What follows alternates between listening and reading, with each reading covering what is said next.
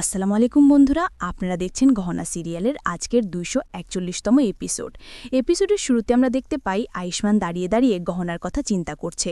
ঠিক তখনই গহনা আয়ুষ্মানের কাঁধে হাত রাখে। তখন আয়ুষ্মান পেছনে ফিরে গহনার দিকে তাকায় আর গহনার দুই গালে হাত দিয়ে কপালে গালে ছোট ছোট চুমু দিতে থাকে আর গহনাকে জড়িয়ে ধরে বলতে থাকে, যদি তুমি সত্যি আমাকে ছেড়ে চলে যেতে তাহলে আমি কি নিয়ে বাঁচতাম। আমি অনেক খুশি যে তুমি বেঁচে আছো, আমার কাছে আছো। তখন গহনা বলে, আমি আপনার কারণেই বেঁচে আছি, আপনি যদি না থাকতেন হয়তোবা আমি বেঁচে থাকতাম না। আপনার প্রার্থনার নিষ্ঠার কারণে আমি বেঁচে আছি আর আপনার কাছে দাঁড়িয়ে আছি।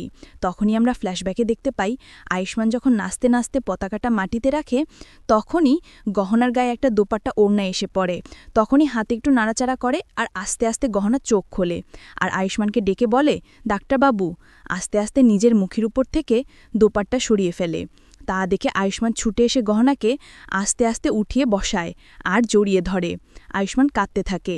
আয়ুষ্মান তখন বলতে থাকে, কেন তুমি আমাকে ছেড়ে চলে গেলে? জানো আমি কি অবস্থায় ছিলাম, কতটা ভয় পেয়ে গেছিলাম আমি। তখন গহনা বলে, আমিও ভয় পেয়ে গেছিলাম যখন আমাকে সিন্দুকের ভিতরে লুকিয়ে রেখেছিল হাত মুখ বন্ধ করে। তখন মনে হয়েছিল আমি আর হয়তোবা আপনাকে কখনো দেখতে পাবো না, কিন্তু ডাক্তারবাবু আমি অনেক খুশি, আপনার কিচ্ছু হয়নি, আপনি সুস্থ আছেন।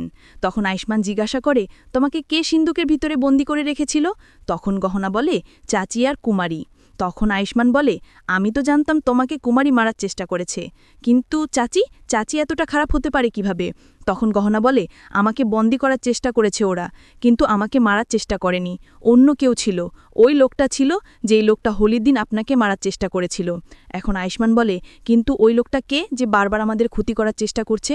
তখন গহনা বলে, এটাই আমাদের খুঁজে বের করতে হবে, তাই আমাদের কিছু করতে হবে। তখনই আমরা বর্তমানে দেখতে পাই গহনা বলছে, যেই লোকটা আমাদের ক্ষতি করার চেষ্টা করেছে, আপনাকে আমাকে মারার চেষ্টা করেছে, ওই লোকটাকে যতক্ষণ না আমরা খুঁজে পাচ্ছি ততক্ষণ আমি যে বেঁচে আছি সেটা কাউকে বলতে পারবো না। এখন আয়ুষ্মান বলে, মনে আছে আমার, সেটা কিন্তু আমার অনেক কষ্ট হবে। তুমি বেঁচে থাকা সত্ত্বেই তোমার মরার কথা আমাকে শুনতে হবে, সবার সাথে মিলে আমাকে অ্যাক্টিং করতে হবে। আমার সবচেয়ে বেশি এটা ভয় হয় যে তুমি আমার কাছে নেই, লুকিয়ে লুকিয়ে থাকতে হবে। তখন গহনা বলে, আপনি ভয় পাবেন না, আমি আছি তো, আমি ঠিক থাকব। তখনই আমরা অন্যদিকে দেখতে পাই আলিয়া আয়ুষ্মানকে খুঁজছে আর বলছে, এই চাচি আমাকে ঘর থেকে বের হতে দিচ্ছে না, খালি আমাকে ব্ল্যাকমেল করছিল।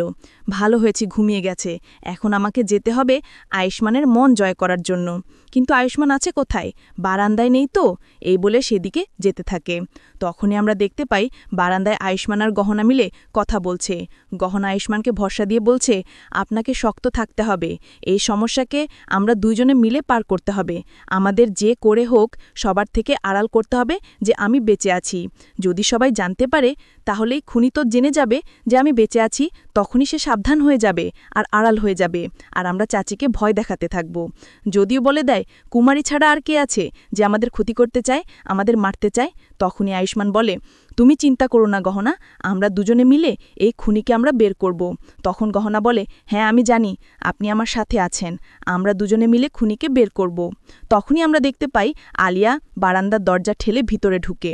তখন আয়ুষ্মান আর গহনা ভয় পেয়ে যায়। গহনা আয়ুষ্মানের পেছনে গিয়ে দাঁড়ায়। তখন তিন্নি আলিয়াকে হঠাৎ পিছন থেকে ডেকে বলে, আলিয়া তুমি এখানে কি করছো? এখন আলিয়া বলে, আমি এখানে আয়ুষ্মানকে খুঁজতে এসেছিলাম। তাদের কথা বলার ফাঁকে গহনাকে নিয়ে আয়ুষ্মান লুকিয়ে পড়ে। তখন তিন্নি আলিয়াকে বলে, তুমি যাও এখান থেকে, আয়ুষ্মান তোমার সাথে দেখা করবে না, তুমি অনেক খারাপ, তাই তোমাকে কখনো দেখতে পারত না। তখন আলিয়া বলে, চুপ থাকো তুমি, আমি তোমার থেকে কোনো কিছু শুনতে আসিনি, আমি আয়ুষ্মানকে খুঁজতে এসেছি, আর তুমি এখান থেকে যাও। তখন তিন্নি বলে, আমি যাব না এখান থেকে, আগে গহনা তোমাকে আয়ুষ্মানের থেকে দূরে রাখত, এখন গহনা নেই তো কি হয়েছে, আমি তোমাকে আয়ুষ্মানের থেকে দূরে রাখব। এই বলে আলিয়াকে টানতে থাকে এখান থেকে নিয়ে যাওয়ার জন্য। আলিয়া তখন বলে, ছাড়ো আমার হাত, ছাড়ো। এত জোড়াজোড়ির মধ্যে হঠাৎ করে তিন্নি নিচে পড়ে যায় আর কান্না করে ওঠে। এইসব দৃশ্য গহনার আয়ুষ্মান লুকিয়ে দেখতে থাকে। তা দেখে আয়ুষ্মান ছুটে গিয়ে তিন্নিকে মাটি থেকে তুলে দাঁড় করায় আর বলে, তিন্নি তুই ব্যথা পাসনি তো? তখন তিন্নি বলে, আয়ু আলিয়া না আমাকে ধাক্কা দিয়েছে। তখন আলিয়া বলে, না ভুলে পড়ে গেছে, আমি ইচ্ছা করে ধাক্কা দেইনি।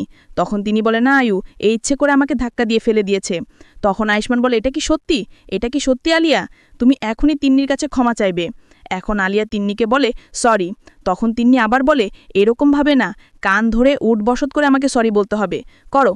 তখন আয়ুষ্মান বলে, তুমি কি শুনতে পাওনি তিন্নি তোমাকে কি বলেছে? উঠো, বসো, তিন্নিকে সরি বলো। তখন আলিয়া কান ধরে উঠবসত করতে থাকে, আর তা দেখে তিন্নি হাসতে থাকে। কিছুক্ষণ উঠবসত করার পরে আলিয়া বলে, আমাকে উঠবসত করতে হয়েছে, আমি ক্লান্ত হয়ে গেছি, এখন তো তুমি আমাকে মাফ করে দিয়েছ। তখন তিনি বলে, না, আমি তোমাকে মাফ করিনি। তখন আয়ুষ্মানকে উদ্দেশ্য করে বলে, আয়ু তুমি চলো।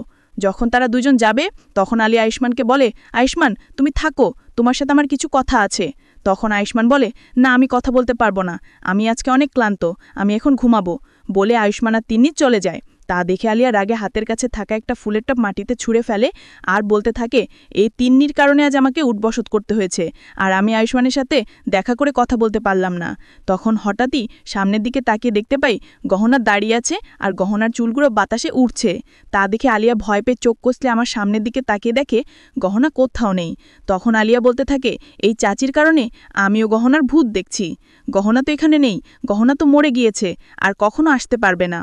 অন্যদিকে আমরা দেখতে পাই আয়ুষ্মানের বাবা পণ্ডিতজির সাথে কথা বলছে। পণ্ডিতজি, আপনি একটা শুভ মুহূর্ত দেখে বলুন, আমি আমার ছেলের বিয়ে করাবো। তখন আয়ুষ্মানের মা বলছে, আপনি কি করছেন?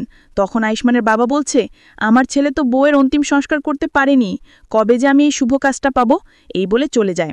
তখনই আমরা দেখতে পাই দরজার বাইরে থেকে কাকাবাবু কথাগুলো শুনছে। তখন আমরা সিন চেঞ্জ হয়ে দেখতে পাই আয়ুষ্মান গহনার জন্য খাবার লুকিয়ে ঘরে এনেছে, আর বলছে, এই নাও, তাড়াতাড়ি খেয়ে নাও। তখন গহনা বলে, জানেন ডাক্তারবাবু, আমার পেটে ইঁদুরের জায়গায় হাতি দৌড়াদৌড়ি করছে খিদের তোড়ে। তখন আয়ুষ্মান বলে, নাও, তাড়াতাড়ি খেয়ে নাও। তখনই হঠাৎ দরজার বাইরে থেকে আয়ুষ্মানের মা ডাকতে থাকে, বাবা তুই ঠিক আছিস তো? তখন আয়ুষ্মান গহনাকে বলে, তুমি লুকিয়ে থাকো, তার চারপাশে সবাই এসেছে। তখনই হঠাৎই সেখানে পুলিশ আসে, আর আয়ুষ্মানকে বলতে থাকে, আয়ুষ্মান, আপনাকে কুমারীর মৃত্যুর অভিযোগে গ্রেফতার করা হলো। এখানেই আজকের পর্ব শেষ হয়।